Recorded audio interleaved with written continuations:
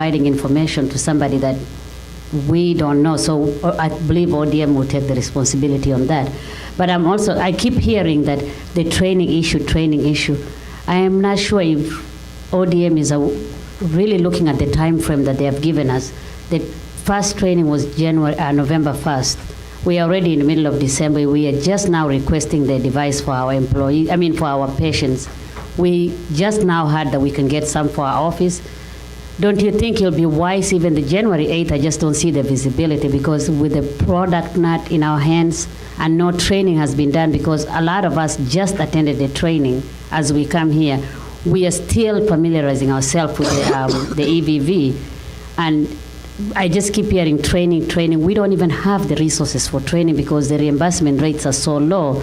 So bringing somebody into the office, you have to consider the time that you're going to pay them. We don't have that resources. So maybe it's time that we go back to the simple things that maybe Sendera should have looked at and eliminate, especially the clocking in with the codes, because that is just, to me, impossible with the aides. It's going to take more than 6 months to train them. It's going to be error after error. If it's clock in, why don't we just do a universal clock in and a clock out with a voice recognition, and then our office staff that does the billing will, as usual, like we are doing on the paper, go in and bill the G code and the T code. And the lunch time, I think, is just, we come right out of the holidays. A lot of the people go on vacation, and you come back and here you go, you have to fly and start teaching. We have a lot of mental health patients that is going to take a lot of time to try to process this and get these nurses to understand, and these patients to understand, and these aides to understand. I just think that the time crunch is just really tight for us. If I can mention just briefly, it's worth noting that Sandata has built a system based upon the asks of the department. So just like if you were to hire a vendor to do something, to build something for you, and you've given them information. So I've learned throughout this process that a lot of what's takes how the system, the certain things you have mentioned, the credentials and everything, that was provided to them. It wasn't necessarily individualized decisions on their part. To Joe's point, we have purchased what's termed a software as a solution. So we started with Sandata's out-of-the-box solution and have not modified it, but configured it to meet our needs. We actually have worked very hard to keep it as simple as possible with as few required data elements as possible, and to limit the amount of information and the number of exceptions that we post. I know it may not feel like that, but we started with much longer lists. What I would say to you about the timing of training is that that's something we really struggled with. Because the reality is, if I get trained on a system in August that I'm not going to use till January, that training's not useful to me, because by the time January comes around, I don't remember what I learned in August because I didn't touch it in between.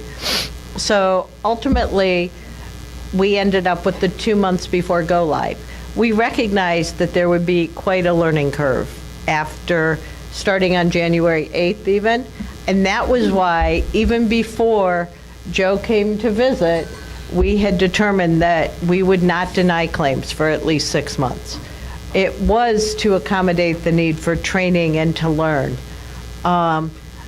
If at the end of 6 months, either our next thing isn't, the permanent solution to claims isn't ready, or if it looks like we'd have a high rate of denials because of systems issues, we will be talking with our director and our project sponsor and our leadership team and be thoughtful. Our goal is not to deny a lot of claims. Our goal is to make sure we're documenting what's happening, making sure we satisfy the Federal Cures Act, and to make sure we're paying for what people are receiving and what they need. The reality is that I've heard a lot about rates, and making sure we're only paying for what's really happening is the best path to trying to get to a point where there's money available for rates. We're at 2:45, and I want to give you guys plenty of time to talk with each other and visit with our sponsor. So we'll go here, and then you had a question, and we'll go here, and then we'll open it back up. Okay, I have a two-part question, but I think it's pretty quick. Back to the alternate EVV and the changes that came through on November 21st, and I realize that's getting talked about on the 11th. Will the technical and business specifications for the alternate EVV be impacted by those? The business rules will be impacted. We'll be modifying those once the rule goes through JCAR to clearly state that telephony can be the primary resource for the first 12 months. The technical specifications around the data that interfaces do not need to be changed. They are still accurate. Okay. So really, the only change is the GPS piece. We go to JCAR, December 11th is Scarily Monday. So, we'll be working on updating the business rules document, but regardless, the rule that goes into effect, assuming things go well Monday, will say telephony for 12 months is the primary resource for alternate data collections. And really, that in large part is due to the advocacy of your association. Okay. My last part of my question is, of the exception list that there is in the EVV system, there's quite a list. Mm-hmm. Are you expecting any documentation for those exceptions other than what we would do today for time and a signature? No, and I wanted to address that earlier. When we say there's that resolution code that says paper documentation is maintained, what that's really saying is the documentation that you're already maintaining about that visit should support the edit or the exception that you are clearing or acknowledging. So, so if the individual's asleep when the worker leaves and can't provide the verification, I would expect to see that anyway, because you should have gotten that signature, and why didn't you? So that should already be in those notes, and then you would have that to, that would be the written documentation, someone who came in to look at your records to see if your records really supported the clearing of that exception. They'd see that in, that would be the documentation. So it's not really new documentation, it's that the documentation supports what you're saying happened with those reason codes.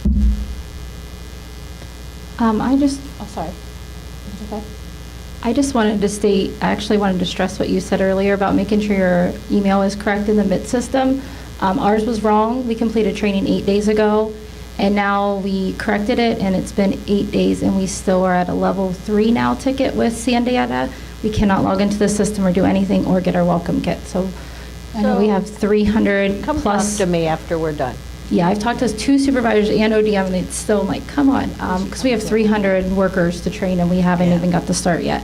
So come talk to me when you're done, and we'll take it to Sandata and the help desk and get that resolved for you. I have one question about the PCG you were mentioning earlier, because we deal with them all the time.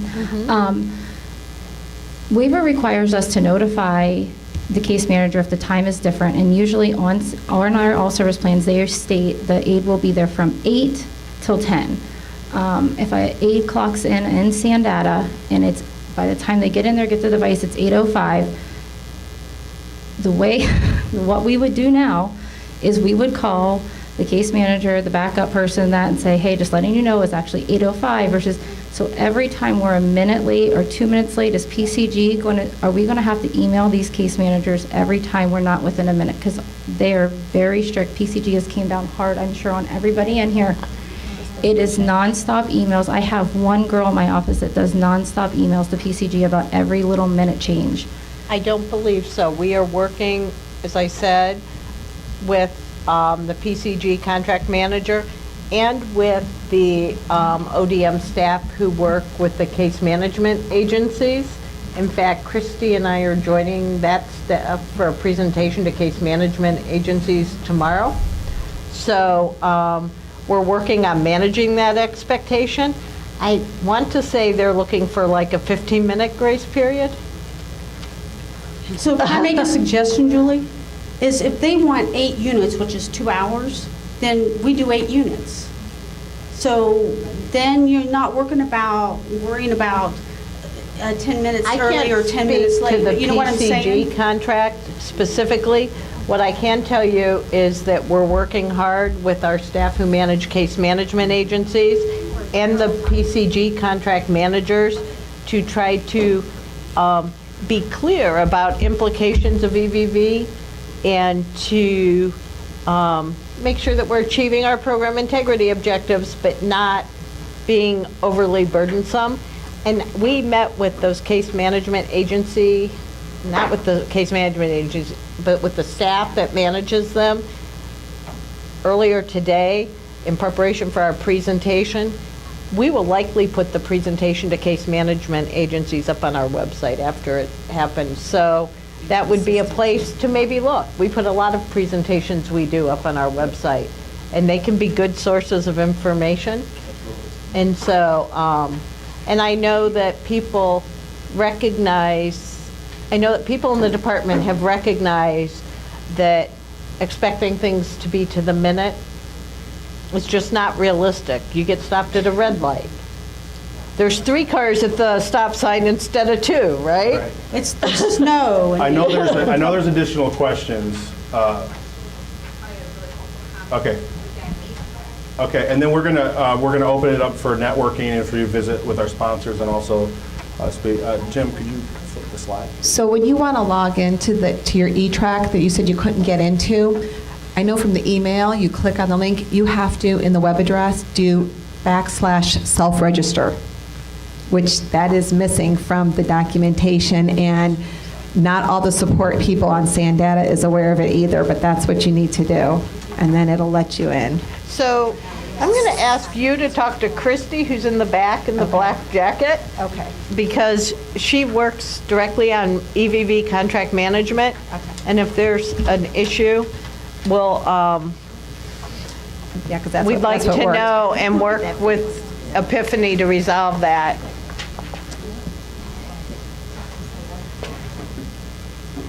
All right, well, thank you guys for participating in this process. Again, we've got some more time.